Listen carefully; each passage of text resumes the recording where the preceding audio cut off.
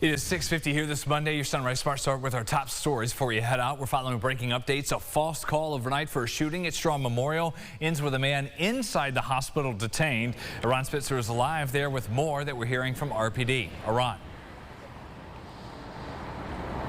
Yeah, Brennan, officers were called here to Strong Memorial at around 2 this morning for a report of an active shooting inside the hospital. Police say the call quickly turned out to be false. The caller, a 39-year-old man from Spencerport, was located by officers inside the hospital. He was placed under a mental health detention and issued an appearance ticket for falsely reporting an incident. Now, police do say that there is no threat to the hospital or to the public at this time. Important to note. Brennan, for now, back to you.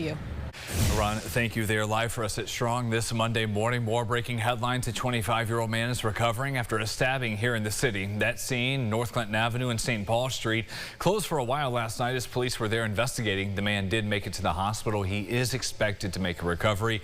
No arrests have been announced. In continuing coverage, a series of recent recalls for produce is making shoppers think twice about buying their go-to food staples. A lot of grocery chains have seen produce sales decline this summer, even though some of these stores have not actually had to pull any items from shelves because they don't carry them.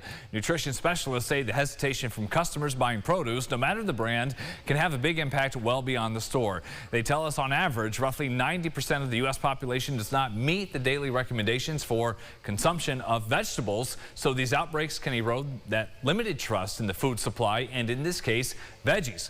Lettuce is one of the most popular items in the country, especially pre-packed bagged lettuce, because it's just more convenient.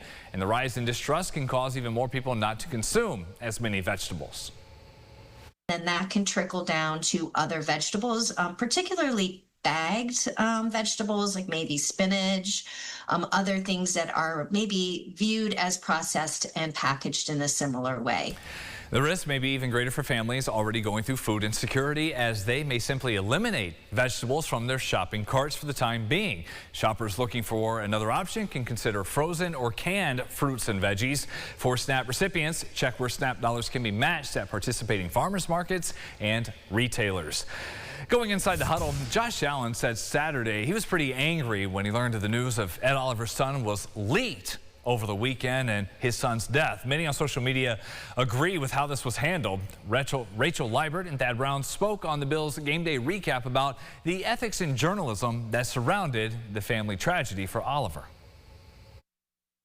If we are going to have any situation that justifies something not being reported, to me, the death of a toddler or a young child is at the top of the list. Really, the more important part of the journalistic side of this is that this did not affect the football. Ed Oliver has not missed any practices. There's no games that are being changed. Ed Oliver is not being used different. The football is the same, and we cover football. If this story is not going to impact the football, then what is the need for us to report it? And or, to your point, try and be there first. This wasn't put out for a reason. I mean, to me, it's like a read the room. I mean, Ed Oliver has not made a statement. The Bills have not made a statement. This is something that you want to remain personal to you, and it doesn't affect football at all. To me, this just feels like something that should not have been reported until Ed Oliver felt like he was ready. A lot of times in journalistic rules, we look at them, especially us as journalists, as hard and fast things that can't be broken. But with anything in life, there's always, I think there should be a balancing act. Clearly, I think it being reported or announced in some other way carried with a risk of hurting Ed Oliver, his family, and or the organization. To what gain? Again, you're not reporting anything that impacts the football, so the gain here is just not important. See more of that conversation streaming now on the Rochester First streaming app. Bills Game Day Recap is one of the special editions of BKL Nightly that we have going on. The app is free to download, and you can catch these after each game. Final preseason game coming up Thursday night against the Steelers at home, and we have more coverage after each of those as we get closer and closer to the regular season. 6:54 is the time. Your sunrise traffic and a view from our Greater Rock Sky Eye. Nice and quiet there on this chilly start to this Monday. Final forecast momentarily. Staying with our roads, a couple other traffic alerts with some construction projects happening beginning today.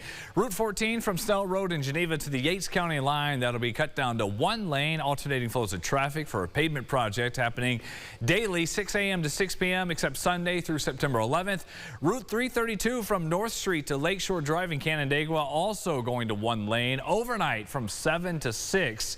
That'll be Monday through Thursday, again, just for late shift workers. Keep that in mind. Should wrap up by September 24th. Finally, Route 19A from 39 in the town of Castile to Route 436 in the town of Genesee Falls, Wyoming County, being moved to one lane from 6 a.m. to 6 p.m. through the 28th, and then again next month from September 8th through the 12th. We say all that, getting us till September feels a lot like middle of October right now, stepping out. Yeah, that's right. And I guess if you're heading to Letchworth, watch out for those lane closures. I was about to say, listen, Castile, wherever else, they've got like 20 different gates to get you in the park. Yeah. Just keep on driving. You'll get the next one. You'll find a way to get in there. There you go. Eventually. Yeah, we are looking at cooler weather for you today. It clearly just jumps out there, sticks out like a sore thumb, that upper 60s there for your high temperature. Tomorrow, more rain showers, but focused in the morning, kind of on the back edge of this system as it scoots on out of here. And then you look at Wednesday and Thursday, 2 are the warmer days here, upper 70s to about 80. Wednesday's probably best day of the week there before some storms get going on Thursday. But yeah, no 90s at all, not even mid 80s for you throughout probably the rest of the month. Oh man, State Fair coming up too. Closing out summer there beginning Wednesday. 9 o'clock, we'll see you for the podcast. Second Cup of Sunrise on our streaming app. I just learned something today that shocked me. Oh, wow. The new emoji replacing LOL, apparently. Oh, interesting. The youths of today, what they're using. Okay, so Yes. not crying on the floor laughing? I'll give you a hint. Flipper. How about that? Oh, wow. We'll have that. Okay. CBS Mornings on the way at 7. Bye, everybody.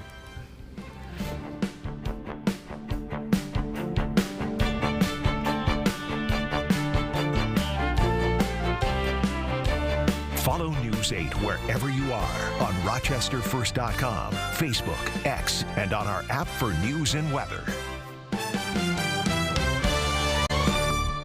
Get the Rochester First streaming app today for everything you love from News 8 on demand, plus exclusive shows you won't see anywhere else. Search ROC and download for free on Roku, Amazon Fire, and Apple TV.